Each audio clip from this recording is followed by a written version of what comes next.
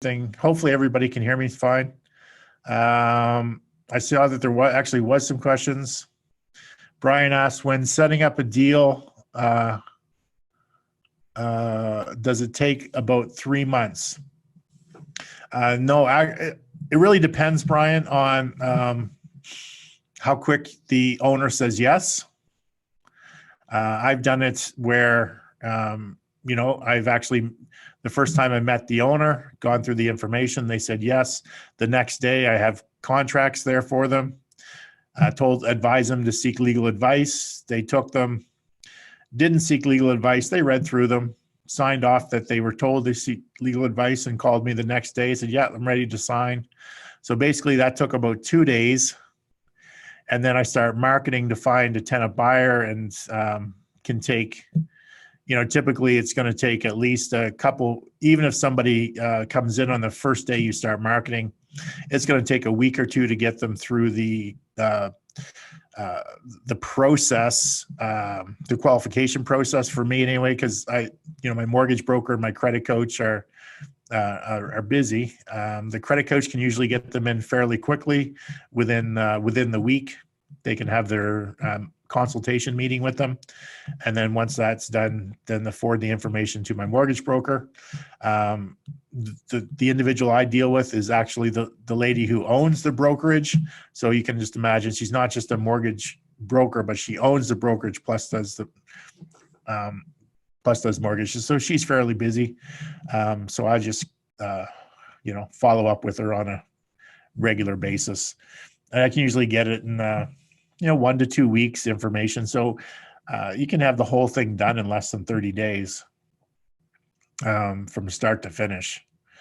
From the time that you get the owner to sign to the time that you're collecting money from the person and putting them in the house, it can be less than 30 days. Just, it's very rare. So a lot of homeowners will ask, well, do you have somebody for my home right now? Thinking that we have a person that wants to move in today. And I give them the analogy, well, when you put the home on the market, typically there's a listing period with the realtor. Now, realtors are dealing with buyers every single day, but the chances that they have a buyer at the exact same time that you're putting your house on the market is very slim. Usually you have to put your house on the market. They have to do some marketing, even though they have a lot of people looking for houses. It may not be that person that's looking for your specific house. So they have to do some marketing and try to attract the person that's actually going to want your specific house. And it's no different for me. I have individuals who want to get into the property right away, but it's not saying that they want your house. So I have to do some marketing. And with my agreements, it's basically a 3-month agreement. If I do not find somebody within 3 months, then we have the ability, or the contracts become null and void because I wasn't able to execute on the arrangement. So it can take as little as 30 days. The majority of rent owns that I've actually done, I've filled between 30 and 60 days. Probably 90% of them were filled between 30 and 60 days. That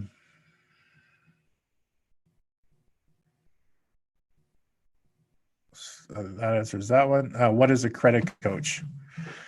Okay, so for a lot of individuals, most people do not understand credit very well, how to fix it, if there's any blemishes, how to make it go up, what issues will cause it to go down. So there are individuals, just like a mortgage broker is a specialist in dealing with getting people mortgages. A realtor is a specialist in buying and selling houses. A lawyer is a specialist in the law. A credit coach is a specialist that focuses on helping people fix their credit, and they know they know the ins and outs of credit and doing specific things affect an individual's credit. So I have a credit coach. who it's all he does is work with people and helps them with their credit. He's like a consultant. They have to pay him for his services, but he's amazing at what he does, and he gets the application, goes through the individual's Equifax and TransUnion reports, goes line by line through it, and determines where they are today with respect to their credit score and where they need to be in order to qualify for a traditional mortgage through a bank or a lender, and how long is it going to take to get from A to B, and what needs to actually take place in order for that to happen. So what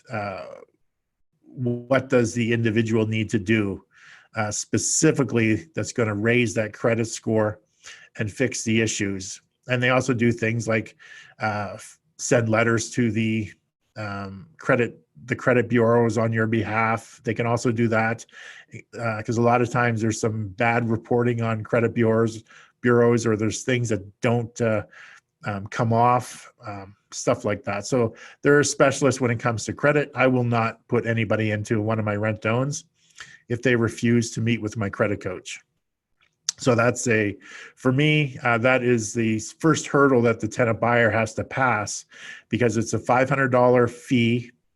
I charge them when they want to apply to one of my rent-to-own. They have to pay a $500 fee, which is non-refundable, because that goes to the credit coach. They're paying the credit coach for his consulting services to help them fix their credit. So fixing someone's credit is really independent of actually getting into my rent-to-own program. You pay for his service of helping you fix your credit. Now, fixing your credit could be to help you with anything, to get a car, to get a credit cards or anything like that. So it's really independent of getting into my rent-to-own home. But I just refuse to deal with anybody who is not. If you're looking to get into home ownership and make one of the biggest purchases of your life, and invest that much money into a home, if you're not willing to invest the $500 to fix the one problem that's holding you back from buying a house, if you're not willing to invest that $500 into yourself to fix the problem, I do not want to deal with you, because you will not fix the problem on your own. That much I do know from experience. So hopefully that answers your question in regards to credit coach. That was it for the questions. So we'll dig right into day two. So first we'll recap. So yesterday we talked about the strategy behind the OPH model, or other people's houses, which is really the lease option strategy, where you're leasing a home from a homeowner, and then you have the option to purchase the home. And when you lease it from the homeowner, you have the ability to sublease it to somebody else. So whether you sublease it and just do a straight rental, or you're going to do an executive rental or Airbnb, short-term rental, or you're going to turn it into a rent-to-own, or maybe you're going to do a fix it up and then turn it into a rent-to-own, or sell it, or whatever. So the step number one is getting it under a lease option with the homeowner. So that's two different agreements, a lease and then an option to purchase. Then the opportunity for taking over other people's houses. We went through that yesterday. Where you make your money when using other people's houses. We went through some examples yesterday on the spreadsheet. Malik came up on screen, and we went through an example. And I think in that example, we were making about $30,000, but we had not even negotiated with the homeowner. We were just paying them full market rent and today's fair market value for their home. And then we were going to turn it into a rent-to-own, and we ended up making $30,000 in that deal. We also went through a few other scenarios where we fixing up properties and then either just selling them right away, or fixing them up and turning them into a rent-to-own, or fixing them up, getting an investor to buy it, then turn it into a rent-to-own. So we went through a few different scenarios just to show you different situations and how you can make money. But the key is to get the homeowner to agree to lease their property to you for a period of time. Whenever I'm talking to a homeowner, typically I'm going for a 3-year term because I know just for my business, the rent-to-own business, I know that 90% of my clients, the tenant buyers, will need between 2 to 3 years to fix their credit situation, or it's a good time frame if they have good credit but they just need help saving up the down payment. It's also a good time frame where they're not having to pay a huge amount of money every single month. It's more manageable. So I know that